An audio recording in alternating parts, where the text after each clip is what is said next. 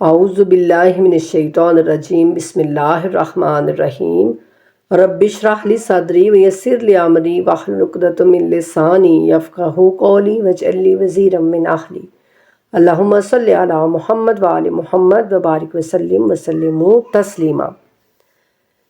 پارہ نمبر 2 آیت نمبر سورہ بقرہ کی آیت نمبر 229 تک ہم پڑھ چکے تھے، اور اب ہم 230 سے آج اپنے سبق کا آغاز کریں گے۔ طلاق کے بارے میں بات ہو رہی تھی کہ طلاق کی شرعی جو حکم ہے وہ کیا ہے، قرآن کریم میں طلاق کو کس طرح سے دینا چاہیے۔ بے شک طلاق اللہ تعالیٰ کو بہت ہی زیادہ سخت ناپسند ہے، لیکن معاشرے کی ضرورت کی وجہ سے پھر اللہ تعالیٰ نے اس کو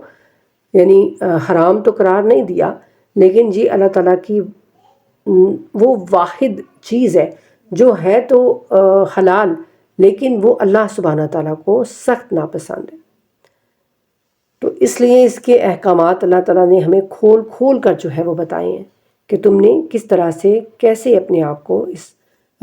مشکل سے بچانا بھی ہے، اور اگر یہ تم پر یہ مشکل آ جائے تو تم نے اس کی ادائیگی کیسے کرنی ہے۔ ٹھیک ہے، اللہ سبحانہ تعالیٰ اس آیہ میں اب ہمیں بتاتے ہیں کہ کس طریقے سے تم نے طلاق دینی ہے، حلالہ کیا ہے، جس کو آج مسلمانوں نے مذاق بنا لیا ہوا ہے، جو آج ایک عجیب و غریب طریقے سے اس کو ہم کر رہے ہیں۔ تو اللہ فرماتے ہیں کہ بسم اللہ الرحمن الرحیم، فائن پھر اگر طلاق دی اس کو، فلا تحل تو جائز نہیں لاہو اس کے لیے، من بعد اس کے بعد، حتیٰ یہاں تک کہ تنکحہ وہ نکاح کر لے، زوجن خاوند غیرہ ہو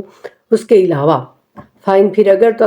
طلاق دے دے اس کو، فلا جناح تو گناہ نہیں، علیہما ان دونوں پر، ان اگر یتراجعا وہ رجوع کر لیں، بشرطے کے ظنہ وہ خیال کریں، ان کے یقیمہ وہ قائم رکھیں گے، حدود اللہ کی حدود کو، وتلکا اور یہ حدود اللہ کی حدود ہیں، یبینھا انہیں واضح کرتا ہے، لقوم یعلمون جاننے والوں کے لیے۔ پھر اگر وہ تیسری مرتبہ اسے طلاق دے دے، تیسری مرتبہ، پیچھے تھا کہ 2 مرتبہ جب وہ طلاق دے دے، تو تیسری مرتبہ پھر یا تو اس کو اچھائی کے ساتھ رخصت کرے یا پھر اس کو خوبصورتی کے ساتھ روک لے۔ اور اب یہاں پر ہے کہ پھر اگر وہ تیسری مرتبہ اسے طلاق دے دے تو وہ عورت اس کے بعد اس کے لیے جائز نہیں ہے۔ تیسری مرتبہ سے مراد یہ نہیں کہ یکدم فوراً اسی وقت نہیں، اللہ تعالیٰ نے 3 مہینے تک یہ بات رکھی ہے کہ 3 مہینوں میں، یہ عدت ہے 3 مہینے، کہ 3 مہینوں تک جو ہے وہ 3 مہینے کے اندر طلاق ہوگی۔ اس کے لیے جائز نہیں ہے جب تک کہ وہ عورت کسی اور شوہر سے نکاح نہ کرے، اس کو حلالہ جو کہا جاتا ہے۔ پس اگر وہ اس کو طلاق دے دے تو اب کوئی گناہ نہیں ہوگا ان دونوں پر کہ وہ پھر آپس میں شادی کر لیں، اور اگر ان کو یہ یقین ہو کہ وہ اللہ کی حدوں کی پاسداری کر سکیں گے، وہ ٹھیک اب پہلے کی طرح نہیں کریں گے، اب وہ اچھی زندگی گزار سکیں گے، تو پھر ان کو شادی دوبارہ کرنی چاہیے۔ اور یہ اللہ کی مقررہ کردہ حدود ہیں جن کو وہ واضح کر رہا ہے ان لوگوں کے لیے جو علم حاصل کرنا چاہتے ہیں، جو جاننے والے ہیں، جو علم کا شوق رکھتے ہیں، جن کو اللہ کی آیات جاننے کا شوق ہے، ان کے لیے اللہ کہتے ہیں میں واضح آیات بیان کر رہا ہوں۔ اب یہاں پر بھی حلالہ جس کو کہا جاتا ہے کہ بس جی فوراً وہ کسی کے ساتھ نکاح کیا اور پھر طلاق اسی وقت جو ہے وہ لے لی، اور پھر دوسرے شخص سے جو پہلا اس کا شوہر ہے اس سے شادی کر دی، یہ بھی حلالے کا طریقہ ٹھیک نہیں ہے۔ اللہ کا فرمان ہے، یہ کیسے ہو سکتا ہے کہ اللہ تعالیٰ عورت کو طلاق ہوئی تو طلاق ہے، جب بھی ہوتی ہے نا طلاق تو دبا کس پر لگتا ہے؟ عورت پر لگتا ہے۔ لوگ کس کو لان تان کرتے ہیں؟ عورت کو کرتے ہیں کہ تم نے ہی برداشت کرنا تھا، تم نے ہی جو ہے وہ آگے سے چپ ہو جانا تھا، تم ہی سہ جاتی، مرد کو کوئی کچھ نہیں کہتا۔ تو جب وہ ظلم ایک عورت پر ہوا، پھر اس کے بعد اب اللہ تعالیٰ بھی اسی عورت پر ظلم کریں گے کہ جاؤ تم اب کسی اور شوہر کے پاس جاؤ، اور استغفر اللہ ثم استغفر اللہ، اس کے پاس اب جا کے ایک رات گزار کے آؤ، پھر اس کے بعد تمہیں طلاق ہوگی، تو پھر تم پہلے ہی اس شخص کے پاس آ جانا جس نے تمہیں رسوا کیا، جس نے تمہیں دنیا میں ذلیل کیا، جس نے تمہیں طلاق دی، پھر تم دوبارہ اس کے پاس آ جاؤ؟ نہیں، بلکہ اللہ سبحانہ تعالیٰ نے یہ رکھا کہ اب وہ جس کو طلاق ہو گئی ہے اس نے کہیں اور شادی کر لی ہے، وہ اس نے اپنا گھر بسا لیا ہے، اب چاہے اس کا شوہر اس کو 1 سال کے بعد طلاق دے دیتا ہے یا پھر 6 ماہ کے بعد وہ دوسرا شوہر بھی اس کو خدا نخواستہ طلاق دے دیتا ہے، اور پھر اس حادثے میں وہ جو اس کا پہلا شوہر ہے اس کو لگتا ہے کہ اس سے غلطی ہو گئی ہے، یعنی وہ بیوی اس کے لیے ٹھیک تھی، اس کو یہ ہو جاتا ہے احساس، عورت کو بھی احساس ہو جاتا ہے کہ بھائی وہ میرا پہلا شوہر بھی اچھا ہی تھا، میں ہی کچھ یعنی کمپرومائز کر لیتی، اس طرح سے دونوں کو یعنی احساس ہو جاتا ہے، تو پھر وہ دونوں بعد میں پھر دوبارہ وہ شادی کر سکتے ہیں۔ یہ نہیں ہے کہ بس وہ فوراً سے شادی کی پھر طلاق لی اور پھر پہلے شوہر کے پاس جو ہے وہ آ گئی، ایسا نہیں ہے، بلکہ یہ دونوں کے اندر کی جو بات ہے وہ جگانے کے لیے، جو ان کو احساس ہو ان کو کہ وہ ایک دوسرے کے لیے کتنا ضروری تھے۔ تو یہ اللہ کہتے ہیں کہ یہ میری حدیں ہیں، ان کی پاسداری کرو، یہ اللہ کی مقرر کردہ حدود ہیں جن کو وہ تمہارے لیے واضح بیان کر رہا ہے، ان لوگوں کے لیے جو علم رکھتے ہیں، جو جاننے والے ہیں۔ وَإِذَا اور جب تم طلاق دو النساء عورتیں، فبلغنا پھر وہ پوری کر لیں اجالہن اپنی عدت کو، فامسکوہن تو روکو ان کو بمعروف دستور کے مطابق، او یا سرحوہن رخصت کر دو بمعروف دستور کے مطابق، ولا تمسکوہن تم نہ روکو انہیں ضرارا نقصان لے تہتدوا تاکہ تم زیادتی کرو، ومن اور جو یفعل کرے گا ذالک یہ فقط ظلم تو بے شک اس نے ظلم کیا نفسہ اپنی جان پر، ولا اور نہ تتخذوا ٹھہراؤ آیات احکام اللہ کی آیات اللہ ہزوا مذاق، واذکروا اور یاد کرو ذکر کرو اللہ کا اور نعمت اللہ کی علیکم تم پر، وما اور جو انزلہ اس نے اتارا علیکم تم پر من سے الکتاب کتاب والحکمت اور حکمت جائزکم وہ نصیحت کرتا ہے تمہیں بے ہی اس سے، واتقوا اللہ اور تم ڈرو اللہ سے، وَاعْلَمُوا اور جان لو انا کہ اللہ بِكُلِّ شَيْءٍ علیم ہر چیز کو جاننے والا ہے۔ اور جب تم لوگ اپنی بیویوں کو طلاق دو اور پھر وہ اپنی عدت پوری کر لیں تو تم انہیں مت روکو نقصان پہنچانے کے ارادے سے کہ تم حدود سے تجاوز کرو، اور جو کوئی بھی یہ کام کرے گا وہ اپنی ہی جان پر ظلم ڈھائے گا، اور اللہ کی آیات کو مذاق نہ بنا لو، اور یاد کرو اللہ کے جو انعامات تم پر ہوئے ہیں اور جو اس نے نازل فرمائی تم پر اپنی کتاب اور حکمت، وہ اس کے ذریعے سے تمہیں نصیحت کر رہا ہے، اور اللہ کا تقوی اختیار کرو اور جان لو کہ اللہ تعالیٰ کو ہر چیز کا حقیقی علم حاصل ہے۔ یہاں پر بھی اللہ تعالیٰ وہی بات کر رہے ہیں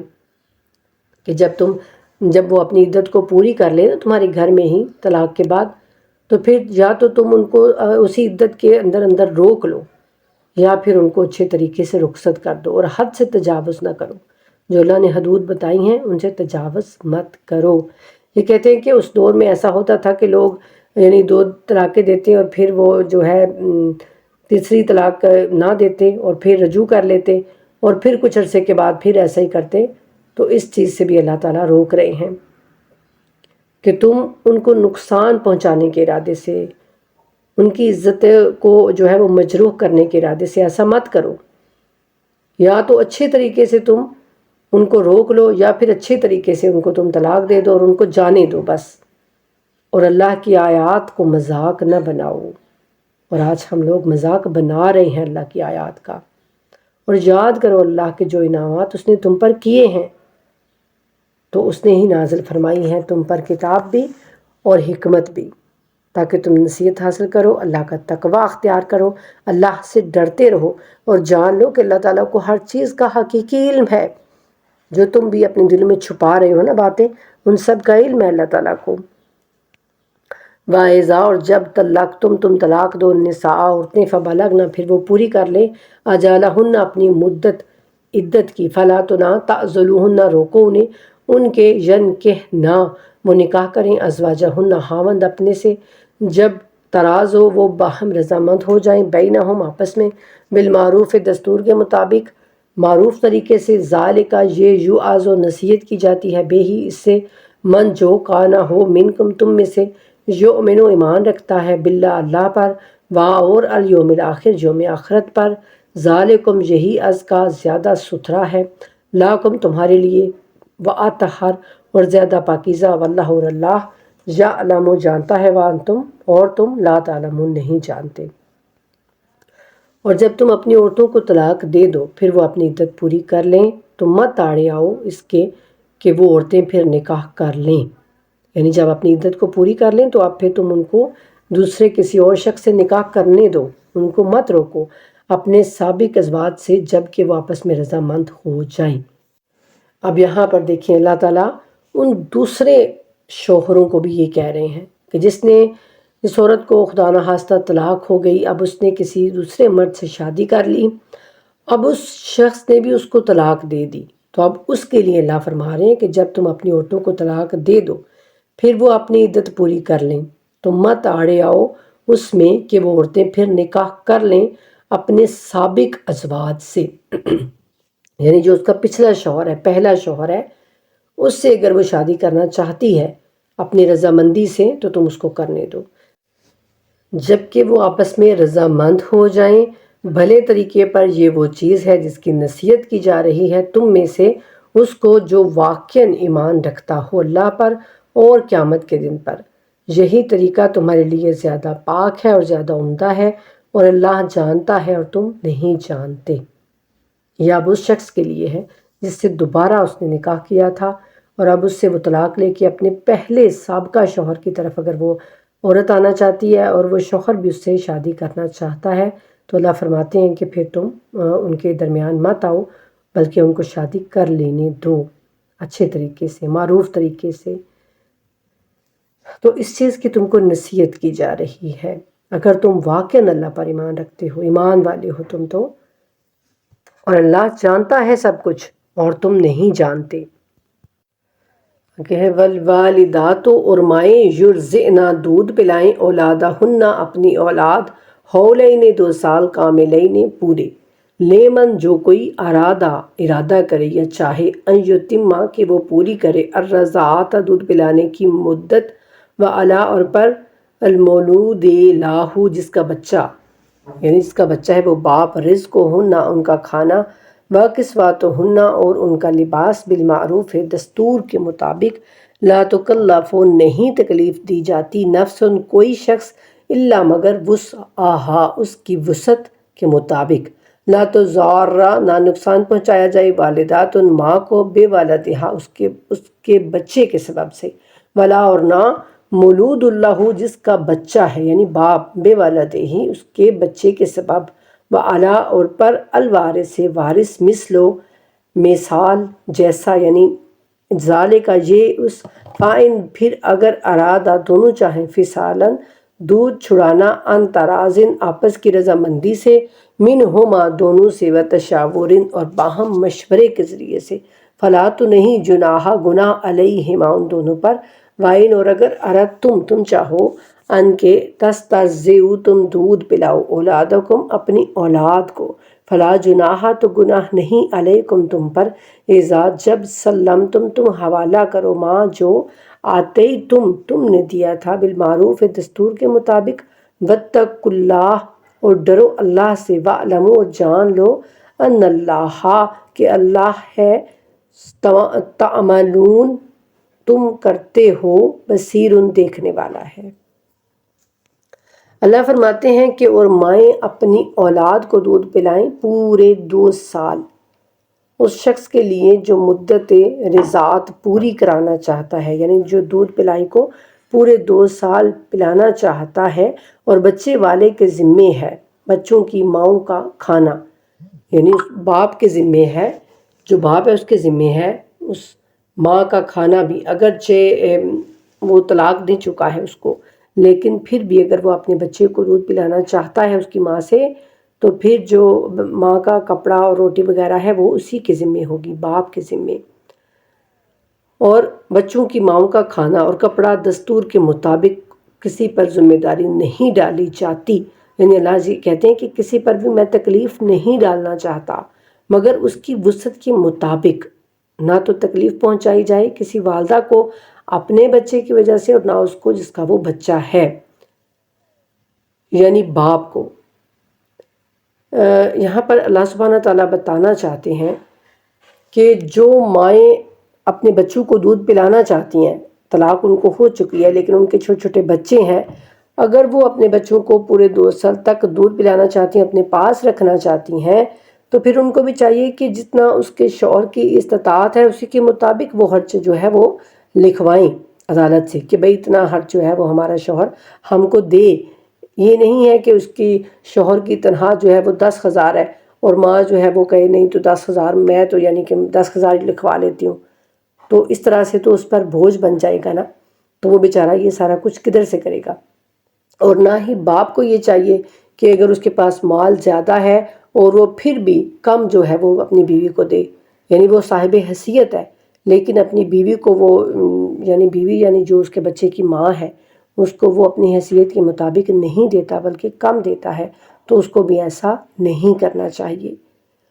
اس کے بچے کی وجہ سے اور وارث پر بھی اسی طرح کی ذمہ داری ہے، یعنی اگر باپ نہ ہو اور کوئی اور وارث ہے تو وہ بھی یہ سب کچھ کرے گا۔ پھر اگر ماں باپ چاہیں کہ دودھ چھڑا لیں،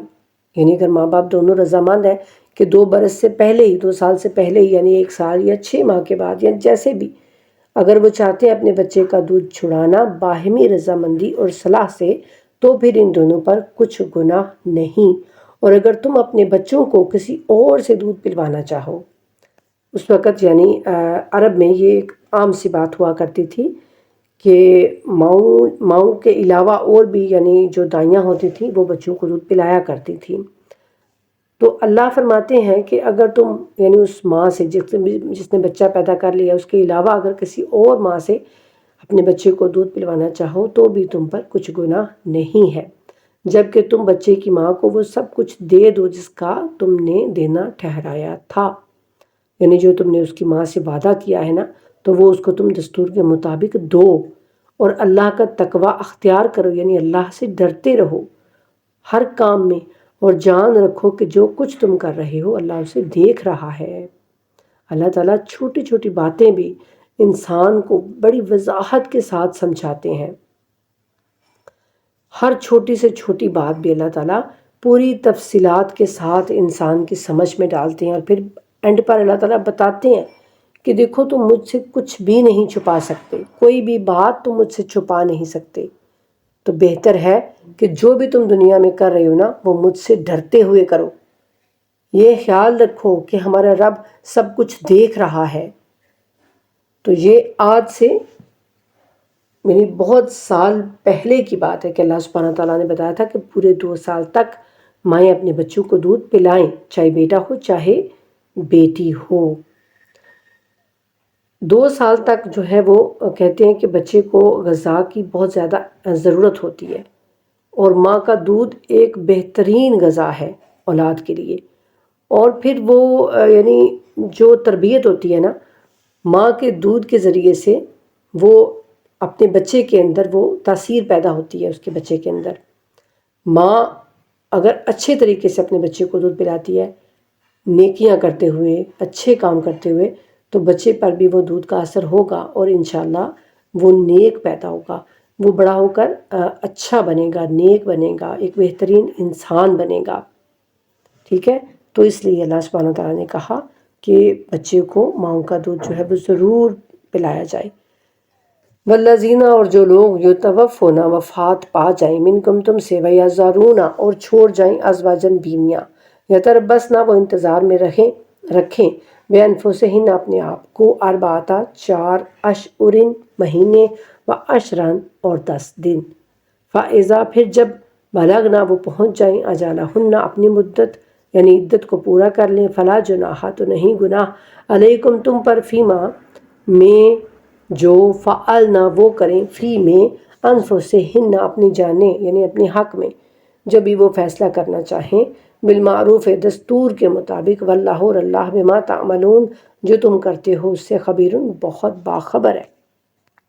اللہ فرماتے ہیں اور جو تم میں سے وفات پا جائیں، یعنی بیویوں کے شوہر اگر وفات پا جائیں اور بیویاں چھوڑ جائیں تو وہ عورتیں روکے رکھیں اپنے آپ کو 4 ماہ 10 دن، یعنی 4 ماہ 10 دن اس عورت کی عدت ہے جو جس کا شوہر یعنی فوت ہو چکا ہے، جس کا شوہر اسے چھوڑ کر چلا گیا ہے دنیا میں، تو وہ اپنی عدت کو جس کو کہتے ہیں وہ پورا کرے گی 4 ماہ 10 دن، اور جب اس کی عدت پوری ہو جائے گی تو پھر وہ اللہ کہتے ہیں کہ اگر شادی کرنا چاہتی ہے تو تم اس کو مت روکو بلکہ تم اس کو شادی کرنے دو، یہ اس کا حق ہے۔ آج بھی آپ دیکھیے کہ بہت سارے قبائل ایسے ہیں کہ جو بیوہ کو بس ایک منحوس سمجھا جاتا ہے اور اس کو گھر کے کسی کونے میں کہتے ہیں کہ بس اب یہ پڑی رہے، اب اس کی کوئی خواہشات جو ہے وہ نہیں ہے، کوئی بس اس کو یہ ایک فالتو چیز سمجھا جاتا ہے۔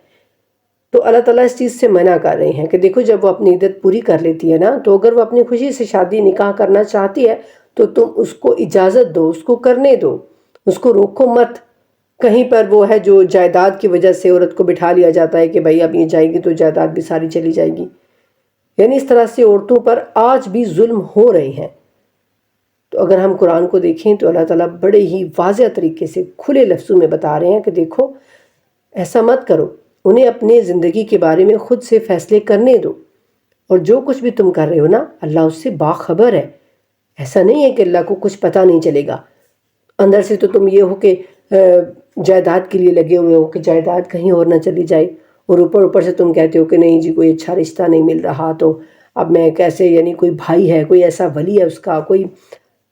تو تم اوپر سے یعنی اس طرح سے لوگوں سے کہو، تو اللہ تو تمہارے دلوں کے راز جانتا ہے، جو بھی تم کر رہے ہو نا اللہ تمہارے اندر سے واقف ہے، خوب باخبر ہے وہ۔ وَلَا جُنَاحَ اور نہیں گناہ، علیکم تم پر، فیما میں جو عرضتم اشارہ میں بے ہی اس سے، من خطبات پیغام نکاح، النساء عورتوں کو، او یا اکننتم تم چھپاؤ، فی انفسکم اپنے دلوں میں، عالم اللہ جانتا ہے اللہ، انکم کہ تم ستذکرونہن جلد ذکر کرو گے ان سے، ولیکن اور لیکن، لا تواعدوہن نہ وعدہ کرو ان سے، سرن چھپ کر، الا ان مگر یہ کہ، تقولو تم کہو، قولاً بات، معروفاً دستور کے مطابق، ولا اور نہ، تعزمو ارادہ کرو، عقدہ گرہ، ان نکاح حتی یہاں تک کہ، یبلغ پہنچ جائے، الکتاب عدت، آجالہ اس کی مدت، وَاعْلَمُوا اور جان لو، انا کہ اللہ، یعلم جانتا ہے، ما جو فی میں، انفسکم اپنے دل، فاحذروہ سو ڈرو اس سے، وَاعْلَمُوا اور جان لو، انا کہ اللہ غفور علیم ہے، بڑا ہی بخشنے والا ہے اور تحمل والا ہے، بردبار ہے اللہ۔ اور تم پر اللہ کہتے ہیں کہ تم پر کچھ گناہ نہیں ہے کہ اس میں کہ تم کنایا اشارہ میں ظاہر کر دو ان عورتوں سے پیغام نکاح، یا پھر تم اپنے دل میں پوشیدہ رکھو، یعنی کہ کوئی بیوہ ہو گئی ہے تو کوئی دوسرا مرد جو اسے شادی کرنے کا خواہش مند ہے، تو اللہ کہتے ہیں کہ تم عدت کے دوران ہی تم کسی یعنی اشارہ کر سکتے ہو، کسی کو بتا سکتے ہو کہ میں اسے شادی کرنا چاہتا ہوں، عدت پوری کرنے کے بعد تم اس کو یعنی نکاح کا پیغام بھیج سکتے ہو، اور اگر تم اپنے دل میں بھی چھپا کے رکھو گے نا تو اللہ کہتے ہیں کہ میں اللہ کو تو سب معلوم ہے کہ تم ان عورتوں کا ذکر کرو گے لیکن ان سے نکاح کا وعدہ نہ کر رکھو، یعنی چھپا کے تو تم باتیں نہ کرو، چھپا کے تم وعدے نہ کرو، چھپ کر سوائے اس کے کوئی بات کہہ دو معروف طریقے سے، یعنی کسی اچھے طریقے سے، کوئی ان کے بڑوں سے تم تھوڑی بات کہہ دو، چھپا کے تم جو ہے وہ اس طرح سے غلط باتیں مت کرو کہ چھپا کے ان سے باتیں کرتے رہو، چھپا کے ان سے وعدے کرتے رہو، اور اللہ کہتے ہیں مت باندھو گرا نکاح کی، یعنی جب تک ان کی عدت جو ہے وہ پوری نہ ہو اس وقت تک ان سے نکاح جائز نہیں ہے، جب تک کہ قانون شریعت اپنی مدت کو نہ پہنچ جائے، اور جان رکھو کہ اللہ خوب جانتا ہے جو کچھ تمہارے دلوں میں ہے، بس تم اسی سے ڈرتے رہو، اور یہ بھی جان رکھو کہ اللہ بخشنے والا بھی ہے اور برداشت کرنے والا بھی ہے، بردبار بھی ہے۔ دیکھیے اللہ تعالیٰ کتنے واضح الفاظ میں انسان کو سمجھا رہے ہیں کہ تم نے جب کوئی بیوہ سے بات کرنی ہے نا تو اچھے طریقے سے کرنی ہے، معروف طریقے سے اس سے بات کرنی ہے، اس کے کسی ولی کو بتا دینا ہے کہ بھائی میں ایسے شادی کرنا چاہتا ہوں تو اس کی عدت پوری ہو جائے تو میں اس سے پھر نکاح کر لوں گا۔ یہ نہیں ہے کہ چھپ چھپ کے تم اس سے باتیں کرتے رہو، اس سے وعدے کرتے رہو اور بعد میں پھر جو ہے وہ مکر جاؤ۔ تو اللہ کہتے ہیں جو بھی تم کرو گے نا، اور نہ ہی عدت کے اندر جو ہے نکاح جائز ہے۔ جب کسی عورت کی عدت جب تک پوری نہیں ہوگی 4 مہینے 10 دن، تو دوسرا نکاح اس پر حرام ہے۔ اسلام میں، شریعت میں اس پر حرام ہے۔ اللہ کہتے ہیں جب تک کہ قانون شریعت اپنی مدت کو نہ پہنچ جائے، یعنی جب تک پورے اس کے 4 مہینے 10 دن گزر نہیں جاتے، تب تک تم اس سے نکاح نہیں کر سکتے۔ اور اللہ کہتے ہیں جو کچھ بھی تم کر رہے ہو تو میں اس سے واقف ہوں، میں جانتا ہوں، مجھے سب خبر ہے۔ لا جناح نہیں گناہ علیکم تم پر، ان اگر تم طلاق دو النساء عورتیں، معلوم جو نہ تمسہن تم نے انہیں ہاتھ لگایا، او یا تفرضو مقرر کیا لاہن ان کے لیے، فریضتاً مہر، ومتعوہن اور انہیں خرچ دو، علی پر الموسع خوشحال قدرہ اس کی حیثیت، وعلی اور پر المقتر تنگ دست قدرہ اس کی حیثیت، متاع خرچ بالمعروف دستور کے مطابق، حقاً لازم، علی پر المحسنین نیکوکار۔ اللہ فرماتے ہیں کہ تم پر کوئی گناہ نہیں ہے اگر تم ایسی بیویوں کو طلاق دے دو جن کو نہ تو تم نے ابھی چھوا ہوا ہو اور نہ ان کے لیے کوئی مہر مقرر کیا ہو، اور ان کو کچھ خرچ دو صاحب وسعت پر اپنی حیثیت کے مطابق ضروری ہے، اور تنگ دست پر اپنی حیثیت کے مطابق جو خرچ کے قاعدے کے موافق ہو۔ یہ حق ہے محسنین پر، نیکوکاروں پر۔ اب یہاں پر ان لوگوں کی بات ہو رہی ہے جو عورتیں، ان کی نکاح تو ہو جاتا ہے ان کا، لیکن ابھی ان کی رخصتی نہیں ہوئی، ابھی وہ اپنے میکے سے سسرال میں نہیں جاتی، اور کچھ ایسا ہو جاتا ہے بیچ میں کہ ان کو میکے میں، یعنی میکے گھر میں بیٹھے ہی، اللہ نہ کرے، خدا نہ کرے کسی کے ساتھ ایسا ہو تو، لیکن اللہ تعالیٰ ہر چیز کو واضح بیان کر رہے ہیں نا ہمارے لیے۔ تو اللہ فرماتے ہیں کہ اگر ایسا ہو جائے کبھی کہ تم نے کسی سے نکاح کر لیا ہے، تو اب جو ہے اس کی رخصتی نہیں ہوئی، وہ تمہارے پاس ابھی نہیں آئی ہے، اور وہیں پر بیٹھے بیٹھے کوئی ایسی بات ہو گئی ہے کہ تمہیں طلاق دینا پڑ گئی ہے، تو اب تم اس کو طلاق جب دے رہے ہو تو پھر بھی اللہ کہتے ہیں کہ کچھ نہ کچھ اپنی حیثیت کے مطابق اس کو تم ضرور دو، یعنی کوئی خرچ، کوئی مہر، کوئی کچھ بھی تم اس کو اپنی طرف سے ضرور دے دو، کیونکہ کچھ دیر تو وہ تمہاری بیوی کی حیثیت سے رہی ہے نا۔ تو اللہ کہتے ہیں کہ جو صاحب حیثیت ہے وہ اپنی حیثیت کے مطابق دے گا، اور جو تنگ دست ہے وہ اپنی حیثیت کے مطابق اس کو دے گا، اور یہ نیکوکاروں کے لیے حق ہے، یعنی جو نیکوکار ہوگا، جو نیکیاں کرنا چاہتا ہوگا، جو محسنین احسان کرنے والا ہوگا، تو اس پر یہ ایک حق ہے، اور یہ حق اس کو ادا کرنا چاہیے۔ وَإِنْ اور اگر طلقتموہن تم انہیں طلاق دو، من قبل پہلے، ان کے تمسوہن انہیں ہاتھ لگاؤ، وقد فرضتم اور تم مقرر کر چکے ہو، لاہن ان کے لیے، فریضتاً مہر، فنصف ہو تو نصف ما جو فرضتم تم نے مقرر کیا ہے، الا سوائے ان یہ کہ یعفون وہ معاف کر دیں، او یا یعفوا معاف کر دیں، الذی وہ جو بیدہ اس کے ہاتھ میں، عقدۃ النکاح نکاح کی گرہ، وا اور ان اگر تحفو تم معاف کر دو، اقرب زیادہ قریب ہے، للتقوی پرہیزگاری کے، ولا تنسبوا اور نہ بھولو، الفضل احسان فضل کو، بینکم باہم، ان بے شک اللہ بما اس سے جو تعملون تم کرتے ہو، بصیر دیکھنے والا ہے۔ اور اگر تم عورتوں کو طلاق دو ان کو ہاتھ لگانے سے پہلے،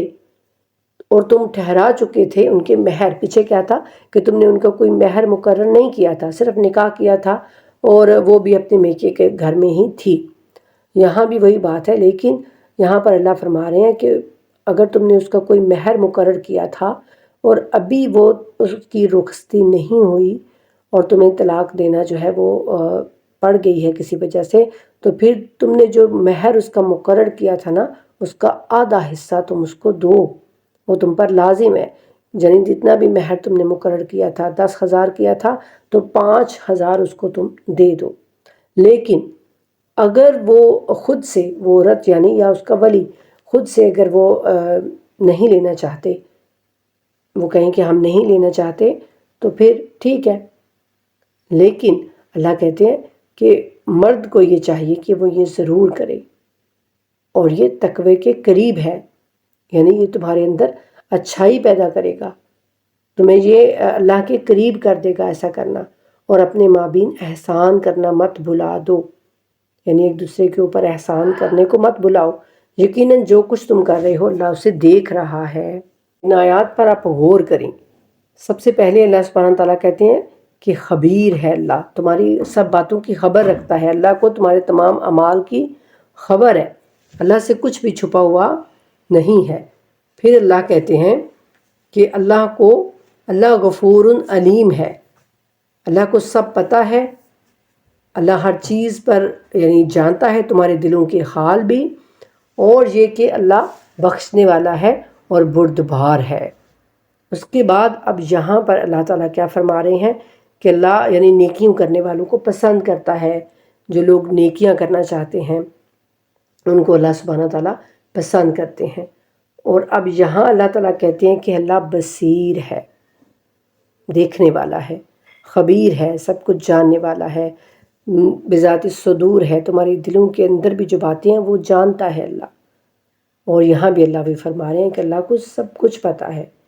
تم جو کچھ بھی کر رہے ہو اللہ تعالیٰ اس سے واقف ہے۔ اس سے آگے اللہ فرماتے ہیں حافظو تم حفاظت کرو علی الصلاوات نمازوں کی، اور الصلاۃ نماز الوسطیٰ درمیانی، اور کو منہ کھڑے رہو، للہ اللہ کے لیے قانتین فرما بردار۔ اللہ کہتے ہیں کہ حفاظت کرو اپنی نمازوں کی، اور خاص طور پر بیچ والی نماز کی، اور کھڑے ہوا کرو اللہ کے سامنے پورے ادب کے ساتھ۔ قانتین سے یہاں قنوت بھی مراد ہے۔ یہاں پر نماز کا ذکر ہو رہا ہے کہ نماز کی آپ نے حفاظت کرنی ہے، اپنی تمام نمازوں کی حفاظت کرنی ہے، اور خصوصاً بیچ والی نماز۔ بیچ والی نماز اب کچھ اہل علم نے جو ہے وہ عصر کی نماز کو بیچ والی نماز لیا ہے، یعنی 5 نمازوں کے درمیان میں جو نماز آتی ہے وہ عصر کی نماز ہے۔ نماز کی بہت زیادہ فضیلت اللہ سبحانہ تعالیٰ نے بتائی ہے قرآن کریم میں بھی اور حدیث رسول میں بھی، اس کی بہت زیادہ فضیلتیں جو ہیں وہ بیان کی گئی ہیں۔ نماز سے پہلے ظاہر ہے وضو کرنا چاہیے، وضو بہترین ہونا چاہیے، اچھے طریقے سے ہونا چاہیے۔ پھر آپ جب جائے نماز پہ آئیں تو آپ خضوع اور خشوع کے ساتھ کھڑے ہوں، اللہ کہتے ہیں نا کہ پورے ادب کے ساتھ کھڑے ہوں، اور حضور قلب کے ساتھ ہمیں نماز پڑھنی چاہیے۔ ایسا نہیں کہ ہماری ذہن جو ہے وہ کہیں اور گھوم رہا ہے، کاموں میں مصروف ہے کہ بھائی ہمیں بھی یہ کرنا ہے، یا ہمارے ساتھ تو ایسا اکثر ہوتا ہے نا، لیکن جب ہم کوشش کرتے ہیں نا تو آہستہ آہستہ ٹھیک ہو جاتا ہے۔ ہم جب مصلی پہ آتے ہیں تو پھر ہمارا دھیان صرف اللہ کی جانب ہونا چاہیے اور کسی بھی جانب نہیں ہونا چاہیے۔ صرف ہم اپنے رب کے سامنے کھڑے ہیں تو یوں یعنی ایک دفعہ حضرت علی علیہ السلام فرماتے ہیں کہ تم نماز میں یوں کھڑے ہو کہ جیسے تم اپنے رب کو دیکھ رہے ہو، جیسے تم اپنے رب کو دیکھ رہے ہو۔ اور اگر یہ تصور تمہارے لیے ممکن نہیں تو پھر کم سے کم یہ تصور تو اپنے ذہن میں رکھو کہ تمہارا رب تمہیں دیکھ رہا ہے، تم اس ہستی کے سامنے کھڑے ہو جو احکم الحاکمین ہے، جو تمام چیزوں کا مالک ہے، خالق ہے، بادشاہ ہے، بادشاہوں کا بادشاہ ہے، تو تم اس کے سامنے کھڑے ہو، اس ہستی کے سامنے۔ جب ہم کسی بھی بڑے کوئی اونچے عہدے کا بندہ ہوتا ہے تو اس کے سامنے جب کھڑا ہوا جاتا ہے تو کس انداز میں لوگ کھڑے ہوتے ہیں؟ آپ سب کو پتہ ہے نا کہ بڑے ہی ادب سے اور سر جھکائے کھڑے ہوتے ہیں کہ پتہ نہیں کہیں پر کوئی غلطی ہو جائے، ایسی کہیں پر کوئی ہم سے کوئی ایسی بات نہ ہمارے منہ سے نکل جائے، یعنی بات کرتے ہوئے بھی ہم ڈرتے ہیں۔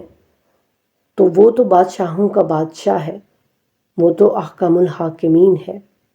وہ تو سب سے بڑا حاکم ہے، تو اس کی بارگاہ میں پورے ادب کے ساتھ، پورے خضوع و خشوع کے ساتھ، پورے حضور قلب کے ساتھ ہمیں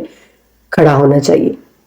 کیونکہ نماز کو جبری تصور کے تحت جو ہے وہ نہیں پڑھنا چاہیے کہ یہ کوئی پتہ نہیں مشکل ہے، یہ کوئی مصیبت ہے ہم پر کہ ہم اس کو ادا کر رہے ہیں، نہیں، بلکہ اس کو پوری محبت کے ساتھ ادا کرنا چاہیے۔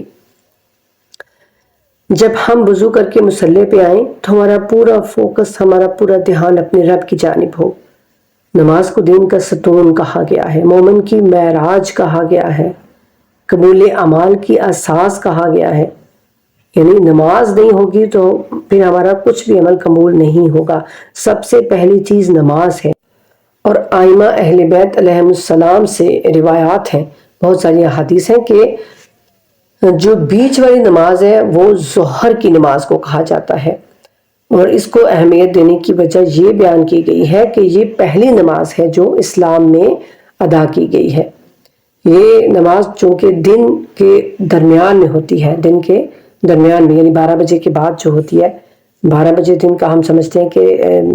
آدھا دن گزر گیا ہے، تو اس کے بعد پہلی نماز ہے یہ، تو اس کو یہ کہا جاتا ہے کہ یہ وہ نماز ہے جس کو اللہ تعالیٰ کہہ رہے ہیں کہ وسطی نماز یعنی درمیانی نماز ہے، تو اس کی تم حفاظت کرو۔ اور پھر اسی ٹائم پر جو ہے نماز جمعہ بھی ادا کیا جاتا ہے۔ تو بس یہ کہ اپنی نمازوں کی حفاظت کیجیے، اچھے طریقے سے بہترین طریقے سے نمازوں کو ادا کرنے کی کوشش کیجیے، ٹھیک ہے؟ یہ مت کہیے کہ بھئی ہم تو بہت تھک گئے ہیں، ہمارے پاس تو ٹائم نہیں ہے۔ ایسی جو ہے نا یہ سارے شیطانی وسوسے ہیں، تو اللہ تعالیٰ ہم سب کو اس سے بچائے اور بہترین طریقے سے اللہ تعالیٰ ہم سب کو نمازیں ادا کرنے کی توفیق عطا فرمائے۔ وما علینا الا البلاغ المبین۔ اللہم صلی علی محمد وعلی محمد وعجل فرجہم وفرجنا بہم برحمتک یا ارحم الراحمین، آمین ثم آمین یا رب العالمین۔